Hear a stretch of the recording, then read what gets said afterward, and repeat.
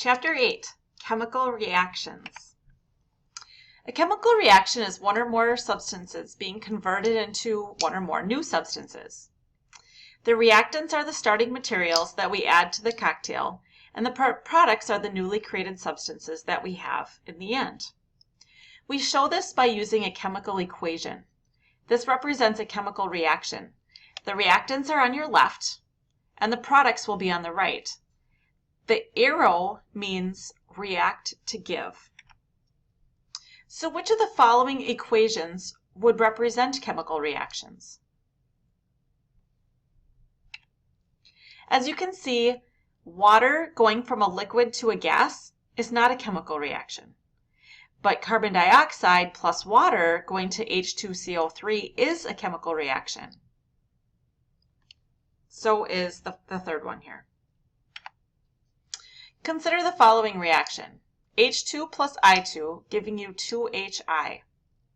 We have a colorless, highly flammable gas, which is not very soluble in water, turning into hydrogen iodide, which is a colorless, acrid gas, dissolving readily in water. Notice that the chemical and physical properties both changed.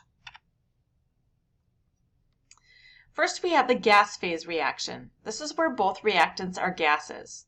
Particles move very quickly, and they're overall random directions. So at 425 degrees, molecules move at very, very high speeds. Then we have reactions between molecules. Molecules collide at great speeds, releasing energy to break the molecular bonds. Here's a chemical reaction taking place. We do need to make sure our chemical equations are balanced. This is a shorthand way of representing a reaction. The number of atoms must be the same on both sides of an equation. So here we have 2 hydrogens plus 2 iodines, creating 2HI. Okay? If you see a 2 in front of a molecule, it means there's 2 hydrogens and 2 iodines. There's 2 of everything. So we balance equations by placing coefficients before reactants and products. If H2 plus I2 goes to HI, we need to make sure that if there's 2 hydrogens on the left, that we have 2 hydrogens on the right. So here we have H2 plus I2 goes to 2HI. So why isn't it 2H plus 2I, or 2H2 plus 2I2 goes to 4HI? Traditionally, chemists use the smallest whole numbers as coefficients. Never balance equations using subscripts. So for example, H2 plus I2 goes to H2I2. This is impossible. This hypothetical molecule is completely different from HI, which is the actual product. Changing the subscript changes the compound. How would you balance the following equation?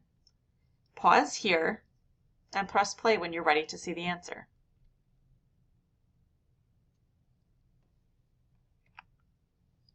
In this case, we get 2 nitrogens and 2 hydrogens. We need to make sure that there are 2 nitrogens on the right, and in this case, since we have H2 on one side and H3 on the other, if we do 3H2, we've got 6 hydrogens on the left. And if we do 2 H3s, we have 6 hydrogens on the right. So that is a way that we could make it equal on both sides.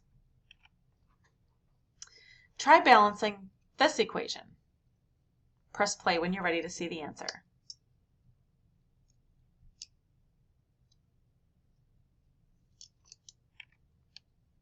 In this case, we had to put 2 oxygen molecules on the left and have 2 water molecules on the right to make sure we have the same amount of carbons, the same amount of hydrogens, and the same amount of oxygens on either side.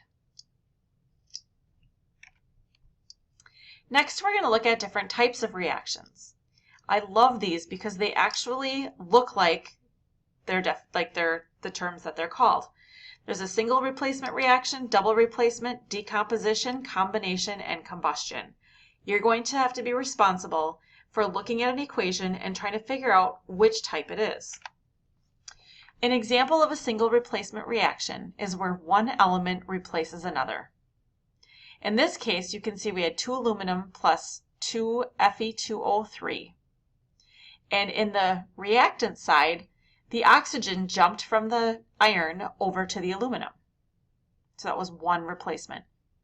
A double replacement is where 2 elements replace each other in 2 compounds. And here you can see the PCl3 plus 3 AgF. The chlorine hopped over to the silver, and the fluorine hopped over to the other side. So 2 things switch spots. In a decomposition reaction, this is a compound that breaks down. So here we got 2HGO being broken apart. So it's decomposing into 2 things. Combination is just the opposite. 2 things combine to make 1. Here's an example that shows it with colors so you can see the actual switching, or the decomposition, or the combining. Another type of reaction is called a combustion reaction. These are reactions that involve oxygen, and we call this burning. It can fit into other classes as well. In this case, we've got methane plus oxygen going to CO2 plus water. Try to balance and classify this equation. Press pause here and push play when you're ready to see the answer.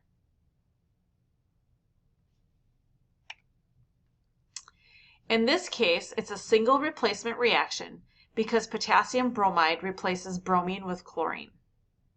You can see we had to do 2 potassium bromides and have 2 potassium chlorides in order to balance the equation. So we have the same number of potassium, same number of bromides, and same number of chlorines on either side.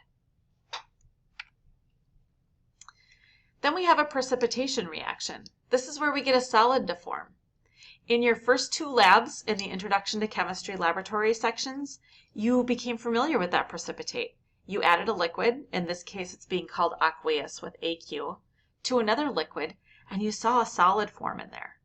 That's an example of a precipitation reaction.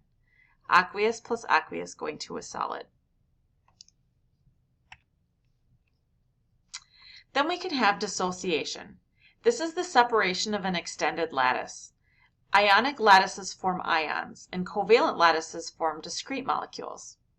Here we're seeing simple table salt. NaCl, aqueous, denotes that we have sodium ions and chlorine ions as an aqueous solution. So when you add salt to salt water, or to water, it turns into a salt water. The salt doesn't just sink to the bottom, it dissociates. We're just going to have a brief introduction here to acid-base reactions. An example of a common acid is citric acid. When added to water, it dissociates, producing up to 3 hydrogens. An acid, and here's a definition you need to be really familiar with, guys, is any compound that dissociates to produce hydrogen in water. Examples include acetic acid, hydrochloric acid.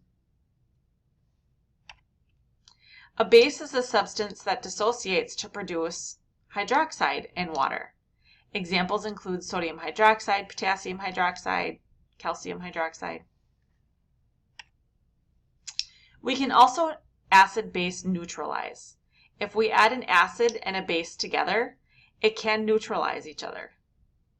An example is a net ionic equation as seen below. Hydrogen ions plus hydroxide ions make water.